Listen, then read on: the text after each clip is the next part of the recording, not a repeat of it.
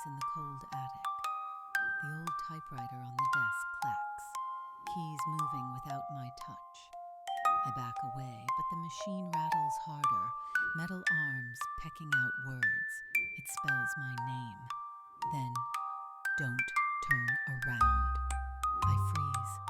The air behind me thickens, heavy with whispering. The typewriter hammers. It's here. My heart thuds. A shadow unfurls across the wall, stretching, featureless. The keys pound faster, spelling out every fear I've ever whispered in the dark. My voice shakes.